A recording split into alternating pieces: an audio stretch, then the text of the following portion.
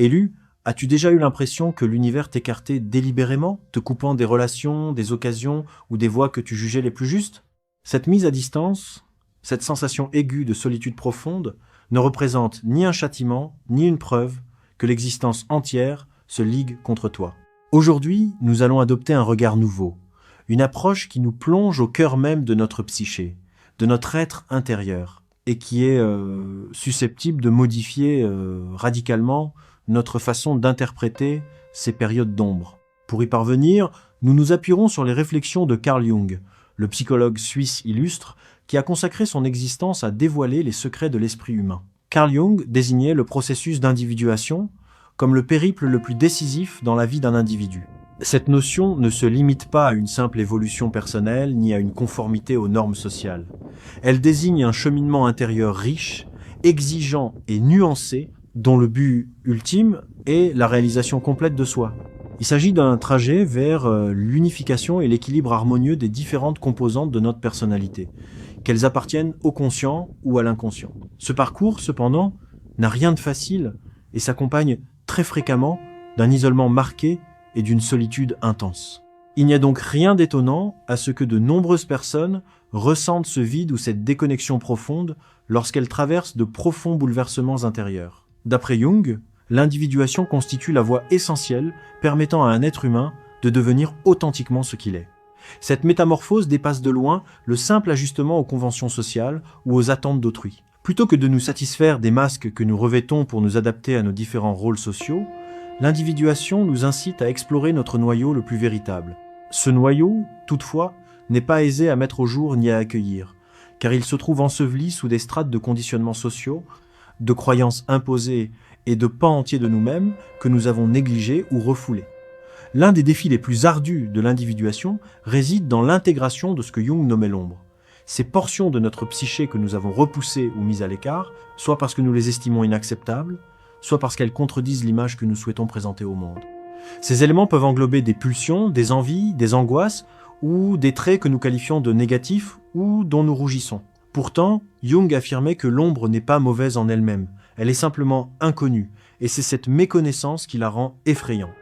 Pour lui, l'individuation consiste essentiellement à se réconcilier avec cette ombre, la reconnaître, l'accepter et finalement l'incorporer à notre conscience. Ce travail n'est ni aisé ni rapide.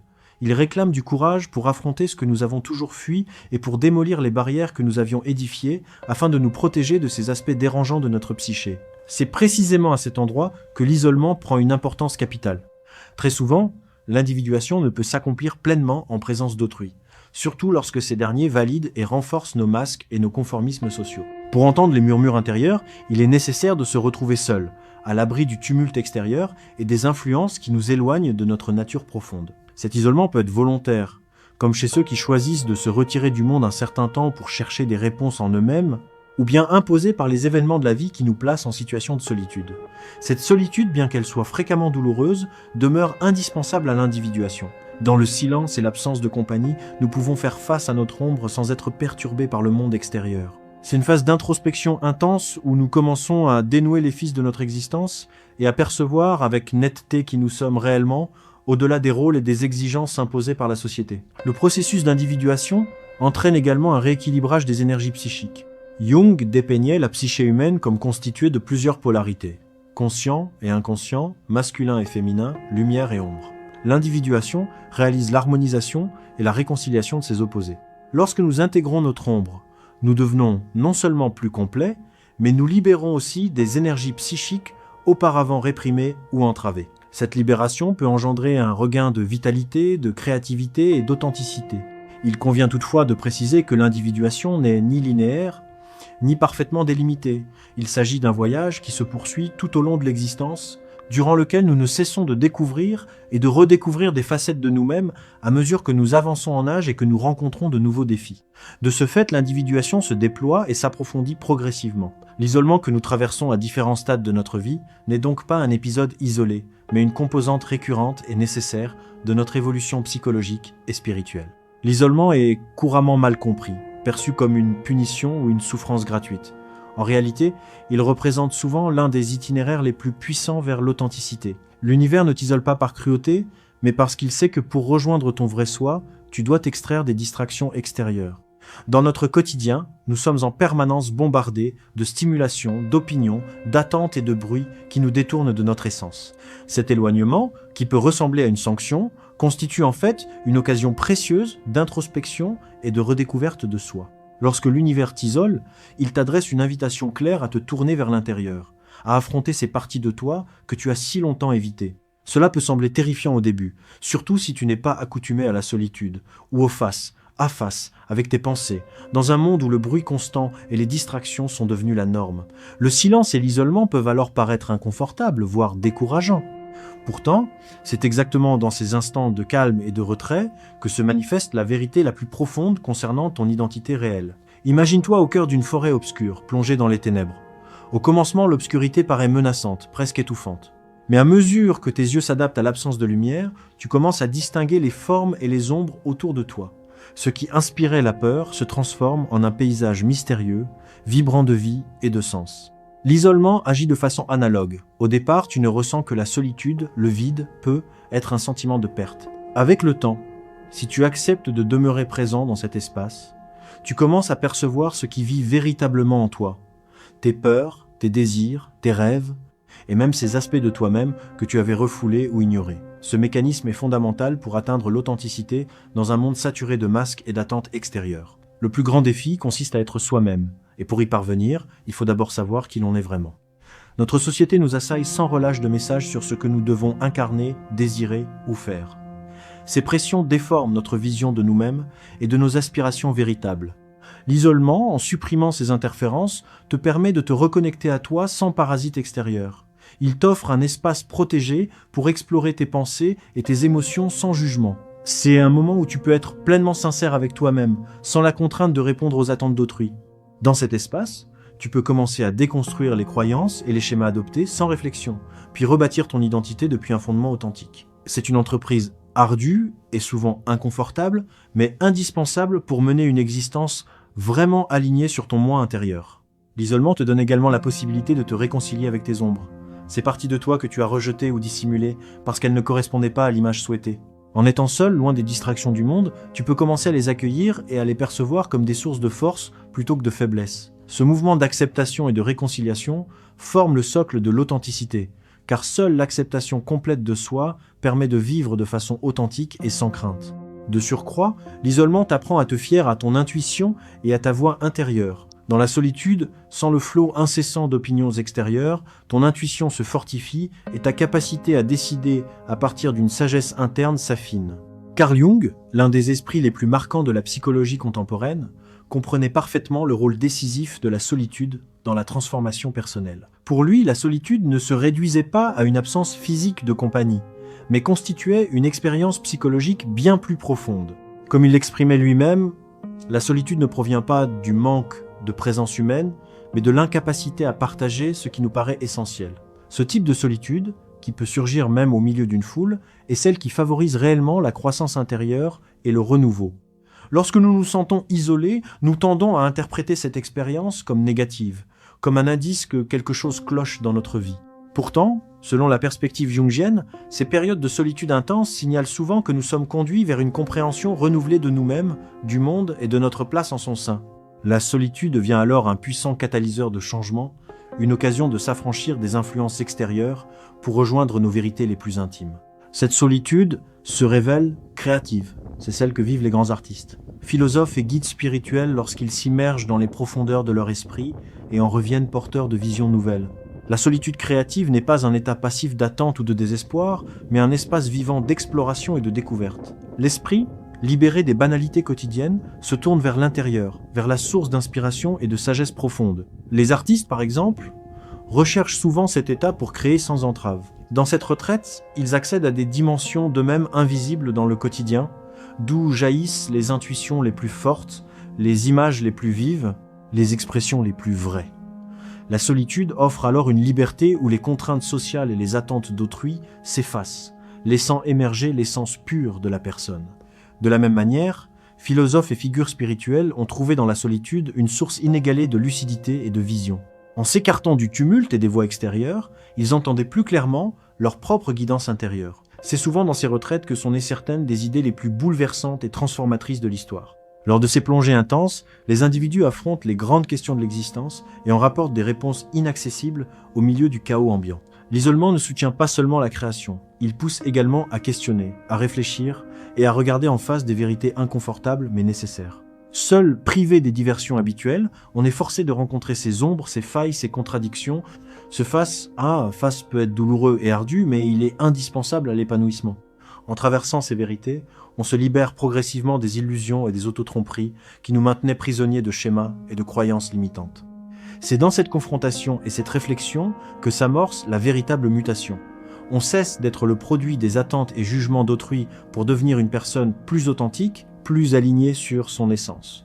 La solitude n'est donc pas qu'un état de séparation, elle représente un processus de renaissance.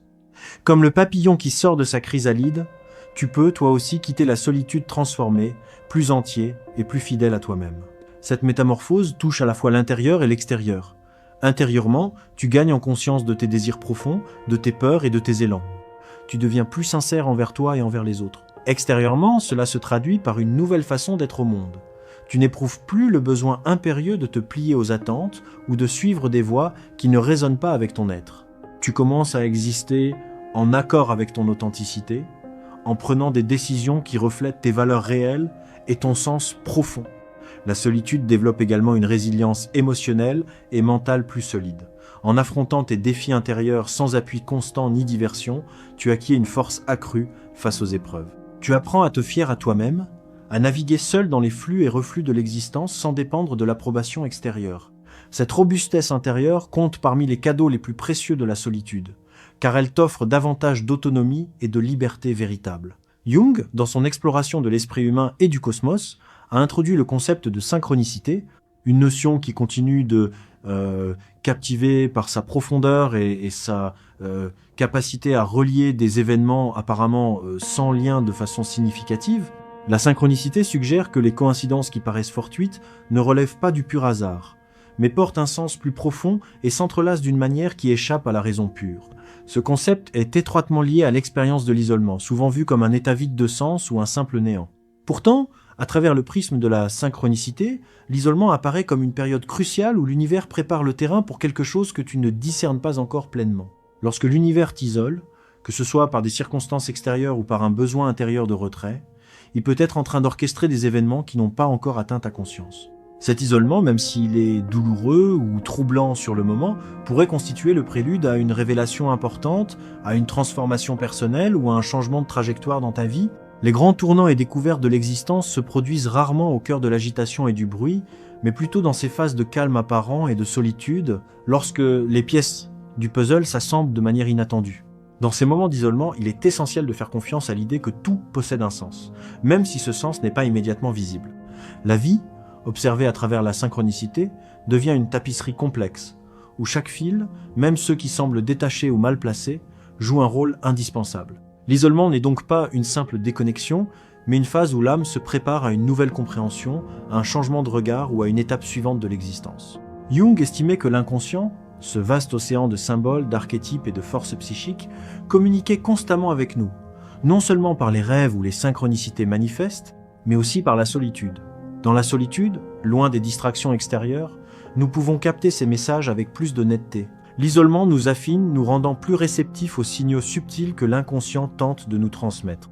Cet espace devient alors un terreau fertile pour l'émergence d'intuitions, d'idées et de nouvelles manières de saisir notre vie et notre but. L'isolement n'est donc pas un vide dépourvu de signification, mais un espace saturé de potentiel. C'est là que l'univers peut s'adresser à toi de façon plus directe, que tu peux recevoir des révélations qui resteraient autrement masquées par le chaos quotidien. C'est un temps de gestation où quelque chose de neuf prend forme en toi, même si tu n'en as pas encore conscience, comme une graine enfouie dans l'obscurité du sol, qui se développe silencieusement en attendant les conditions favorables pour germer. Ce temps d'isolement t'offre aussi la possibilité de repérer des motifs et des liens dans ton existence qui passaient auparavant inaperçus.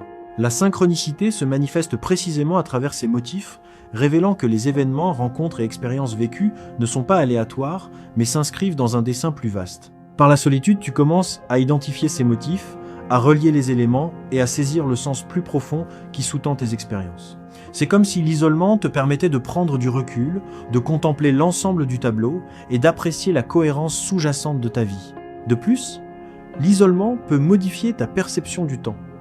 Dans le quotidien, nous sommes prisonniers d'une vision linéaire du temps, où les événements s'enchaînent dans un ordre prévisible. La synchronicité, elle, suggère que le temps est plus fluide et interconnecté que nous ne l'imaginons.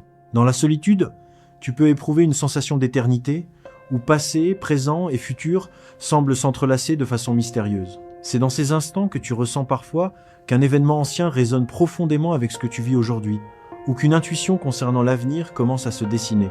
Le concept de la nuit noire de l'âme compte parmi les plus profonds et les plus ardus à saisir dans les domaines de la spiritualité et de la psychologie. Introduit à l'origine par Saint Jean de la Croix, mystique espagnol du XVIe siècle, il désigne une crise spirituelle aiguë durant laquelle la personne se sent totalement coupée de Dieu, de son sens profond et même de sa propre identité.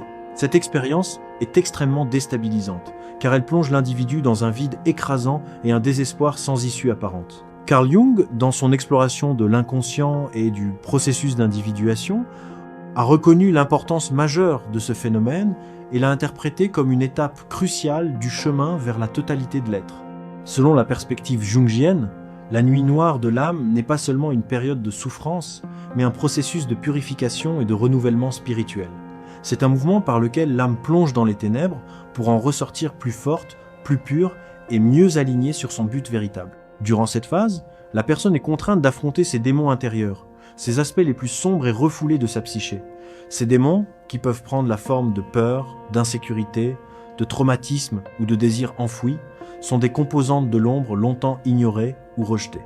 Dans la nuit noire de l'âme, ces parties réprimées surgissent avec violence, exigeant d'être regardées et traitées.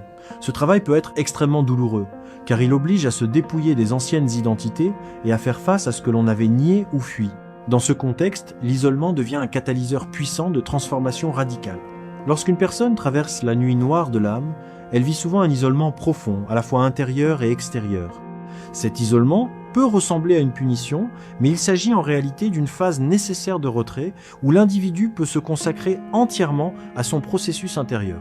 C'est dans cette solitude que s'amorce la véritable purification, où l'âme est débarrassée des impuretés et illusions qui obscurcissaient sa vision et freinaient sa croissance spirituelle.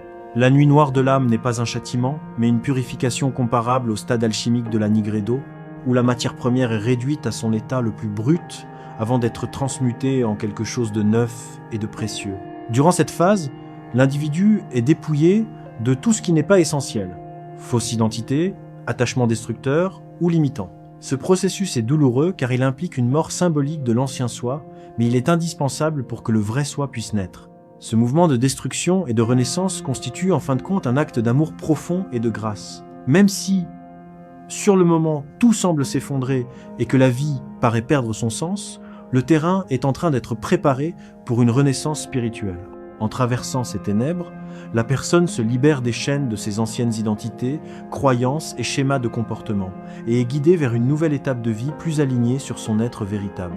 La nuit noire de l'âme possède également une fonction évolutive dans le processus d'individuation. Jung la considérait comme une composante nécessaire du développement psychologique et spirituel.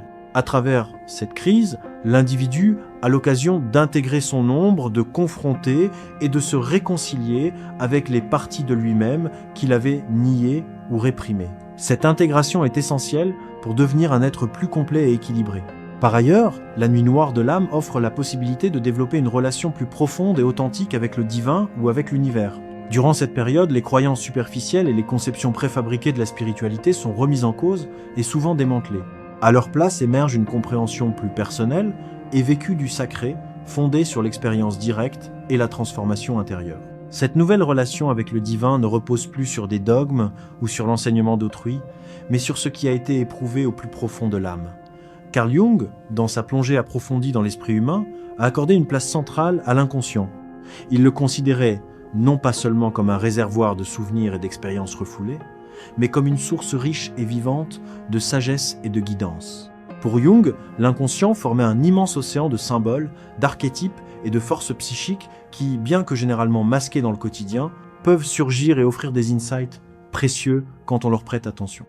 Selon lui, l'isolement agit comme un catalyseur qui nous force à nous tourner vers ce domaine intérieur, souvent négligé au milieu des distractions et du bruit de la vie courante. Lorsque nous sommes seuls, sans la stimulation permanente du monde extérieur, notre esprit se dirige naturellement vers l'intérieur. Dans cet état d'introspection, l'inconscient trouve l'occasion de s'exprimer plus clairement.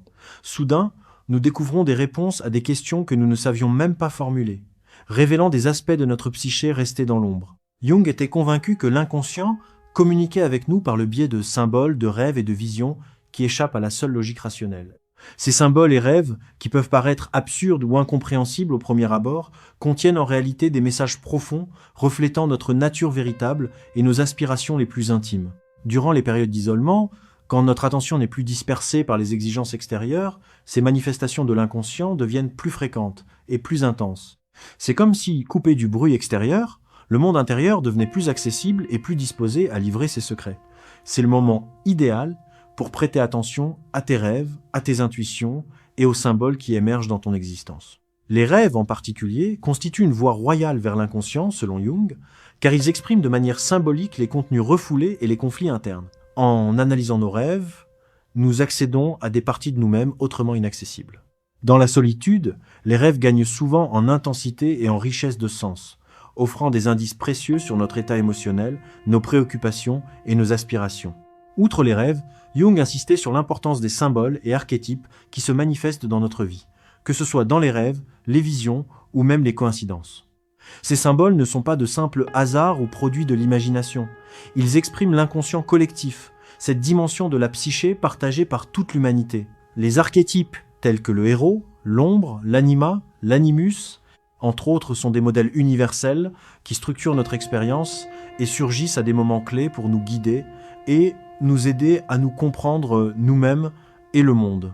Plutôt que de redouter ces instants où l'inconscient se manifeste, il est vital de les accueillir comme des occasions de renforcer ton lien avec ton être profond. L'inconscient peut chercher à te guider, à t'indiquer la voie et à te révéler des vérités capables de transformer ton existence.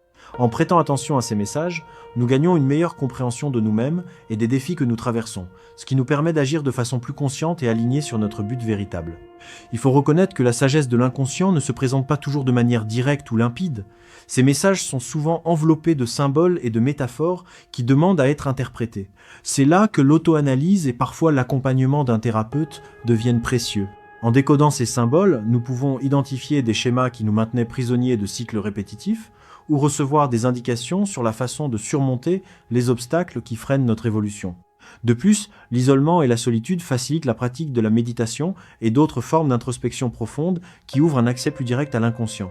Durant la méditation, par exemple, nous pouvons atteindre des états où le bavardage mental s'apaise et où l'inconscient émerge avec plus de clarté. Ces pratiques ne nous aident pas seulement à mieux nous connaître, elles nous fournissent aussi des outils pour intégrer les contenus inconscients dans notre vie consciente, favorisant ainsi un équilibre psychologique et un bien-être plus grand. L'isolement n'est donc pas simplement un retrait du monde extérieur. C'est une invitation à engager un dialogue plus intime et significatif avec notre monde intérieur. L'isolement peut se présenter sous deux formes principales dans notre vie, le retrait volontaire et l'isolement forcé. Bien que les deux impliquent une séparation du monde extérieur et puissent paraître semblables en surface, leurs origines et les vécus qu'ils engendrent diffèrent fondamentalement. Comprendre cette distinction est essentiel pour exploiter au mieux le potentiel de croissance que chacun peut offrir. Le retrait volontaire est un choix conscient et délibéré. Une décision mûrie de s'éloigner du tumulte quotidien pour rechercher la paix intérieure, l'illumination spirituelle ou un niveau plus élevé de connaissance de soi. Ce type d'isolement est souvent associé à des pratiques spirituelles ou religieuses. Pensons aux moines, ermites ou méditants qui se retirent dans des lieux isolés ou des monastères pour se consacrer à la contemplation, à la prière et à l'introspection.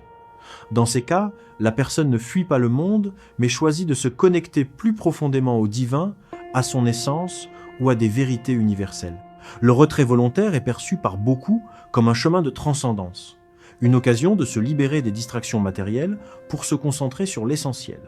Durant ces périodes, l'individu s'immerge dans une introspection qui lui permet d'examiner ses pensées, émotions et croyances sans l'influence des pressions sociales ou des attentes extérieures. Ce type d'isolement est généralement recherché lors de transitions importantes ou quand surgit un besoin profond de se reconnecter à son but ou de répondre à des questions existentielles. À l'opposé, l'isolement forcé est celui que les circonstances nous imposent, souvent de manière soudaine et non désirée. Il peut résulter d'une perte, d'une maladie, d'une pandémie ou de toute situation qui nous oblige à nous séparer des autres sans l'avoir choisi. Ce type d'isolement paraît plus difficile à vivre car il s'accompagne fréquemment de frustration, d'impuissance et de désespoir. La personne peut avoir le sentiment d'avoir perdu le contrôle de sa vie et d'être contrainte à la solitude contre son gré. Cependant, Carl Jung nous enseigne que, même si nous ne choisissons pas toujours nos circonstances, nous pouvons choisir notre réponse face à elles. Cette distinction est cruciale pour transformer un isolement imposé en opportunité de croissance personnelle et spirituelle. Face à une solitude non désirée, nous pouvons soit résister, ce qui accroît souvent la souffrance, soit accepter et explorer comment tirer profit de ce temps. Cette acceptation n'est pas une résignation passive, mais une attitude active. Travailler avec ce que la vie présente et chercher à transformer l'épreuve en expérience enrichissante. Dans les deux cas, retrait volontaire ou isolement forcé, l'isolement peut nous conduire à un lieu de réflexion profonde et de connaissance de soi. La différence majeure tient à l'état d'esprit avec lequel on aborde l'expérience. Dans le retrait volontaire, la personne entre dans l'isolement avec une intention claire de chercher quelque chose, paix, sagesse, connexion spirituelle. Dans l'isolement forcé, le défi consiste à trouver du sens et un but au cœur d'une situation subie. La clé pour traverser les deux formes d'isolement est de ne pas résister au processus, mais d'accepter ce qui est et de laisser l'isolement accomplir son œuvre en nous. Quand nous résistons, nous tentons de combler le vide par des distractions et nous nous coupons des leçons qui pourraient émerger dans cet espace. À l'inverse, quand nous acceptons l'isolement et le considérons comme une opportunité, nous commençons à découvrir des facettes inconnues de nous-mêmes, à développer une plus grande résilience et à approfondir notre compréhension de la vie. Le retrait volontaire, centré sur la quête intérieure, nous enseigne la valeur du silence, du calme et de la connexion au transcendant. Il démontre qu'en s'écartant des sollicitations extérieures, on peut trouver des réponses et une clarté inaccessible dans le bruit et la précipitation. Ce type d'isolement constitue un outil puissant pour la croissance spirituelle, car il permet de s'aligner sur ses vérités les plus profondes et sur le rythme naturel de l'existence. L'isolement forcé, lui, nous apprend l'adaptation et l'acceptation. Il nous met au défi de trouver équilibre et sens dans l'adversité, et de cultiver une force intérieure capable de traverser les tempêtes avec grâce. Même s'il est douloureux, il offre l'occasion de réévaluer ses priorités, de lâcher ce qui n'est plus utile et d'avancer avec une perspective renouvelée et une capacité accrue à affronter les difficultés. Dans la société contemporaine, la solitude et l'isolement sont fréquemment regardés avec suspicion et appréhension. Nous avons été conditionnés à voir le silence comme inconfortable et le manque de contacts sociaux comme le signe d'un problème. Nous vivons dans un monde qui glorifie l'activité ininterrompue, les connexions superficielles et le divertissement immédiat, ce qui nous éloigne de l'introspection et de la connaissance de soi. Pourtant, Carl Jung nous mettait en garde contre les risques de fuir constamment la solitude et de refuser d'affronter nos démons intérieurs. Cette résistance à l'isolement a des répercussions graves sur notre équilibre émotionnel, psychologique et spirituel. Le refus de la solitude et la recherche permanente de distractions extérieures peuvent nous enfermer dans une existence superficielle. Quand nous évitons d'être seuls avec nos pensées, nous esquivons des aspects de nous-mêmes qui peuvent être dérangeants ou difficiles, mais qui sont indispensables à notre développement personnel. Ce rejet de l'introspection nous empêche de nous connaître réellement et nous maintient prisonniers de schémas autodestructeurs. En cherchant du réconfort dans les distractions, technologie, travail, réseaux sociaux, relations superficielles, nous évitons en réalité le véritable travail intérieur nécessaire pour atteindre l'authenticité et la paix profonde. Cette fuite peut prendre de multiples formes. Certaines personnes remplissent chaque instant de tâches et d'obligations pour échapper au silence, d'autres cherchent sans cesse la validation extérieure, dépendant de l'approbation d'autrui au lieu de développer une estime de soi authentique. Il est également fréquent de recourir à des addictions ou à des comportements autodestructeurs, abus de substances, surconsommation technologique, évasion dans la fantaisie pour fuir les émotions et pensées difficiles qui surgissent dans la solitude. Cependant, en résistant à l'isolement, nous résistons aussi au processus d'individuation que Jung présentait comme fondamental pour le développement personnel.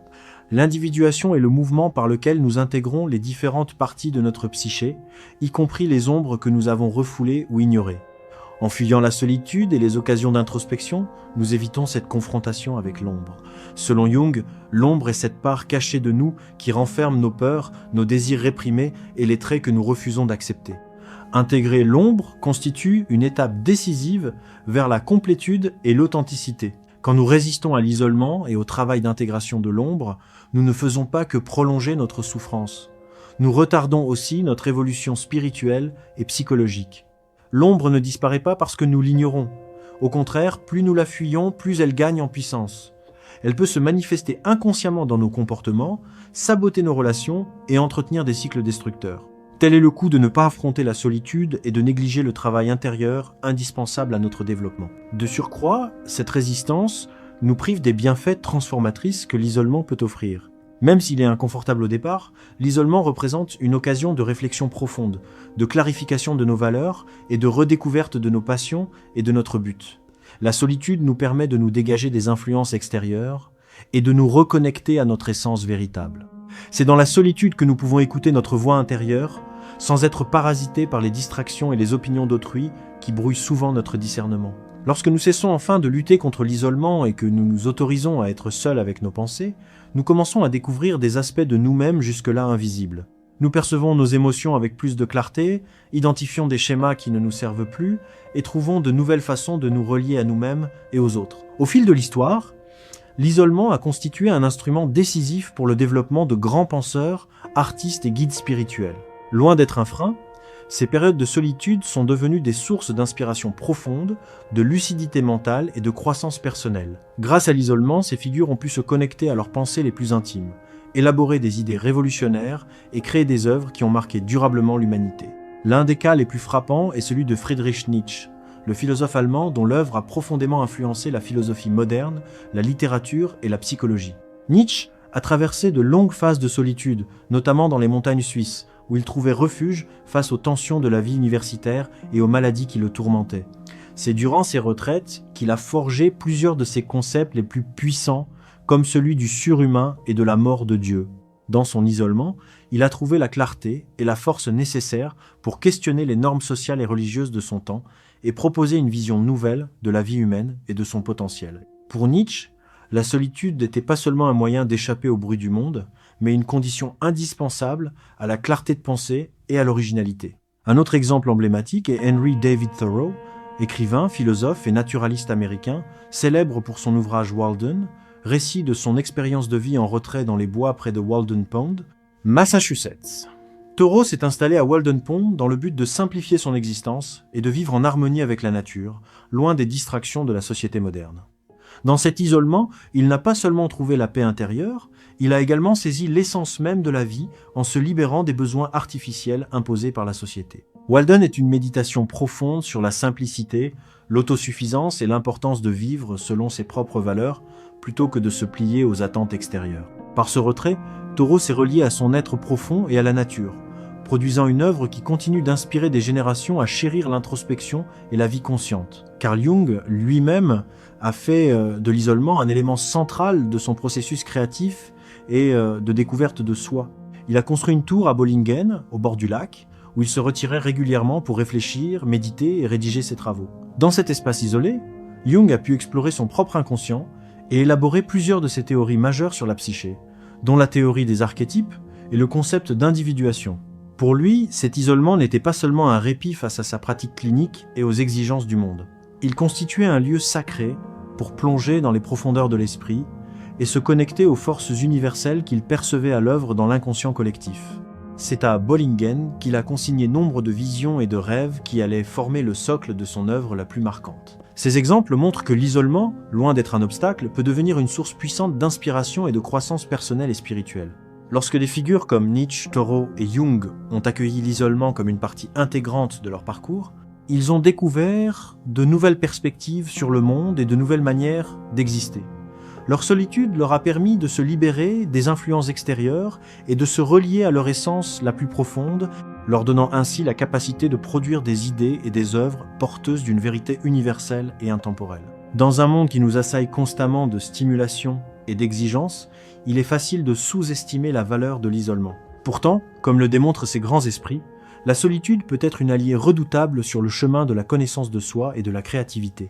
L'isolement offre un espace pour une introspection profonde, où l'on peut explorer les strates les plus enfouies de la psyché et découvrir des vérités qui resteraient autrement ensevelies sous les couches du quotidien. En résumé, l'isolement n'est pas seulement un éloignement du monde, c'est une opportunité de se reconnecter à soi-même et aux sources les plus pures de sagesse et d'inspiration.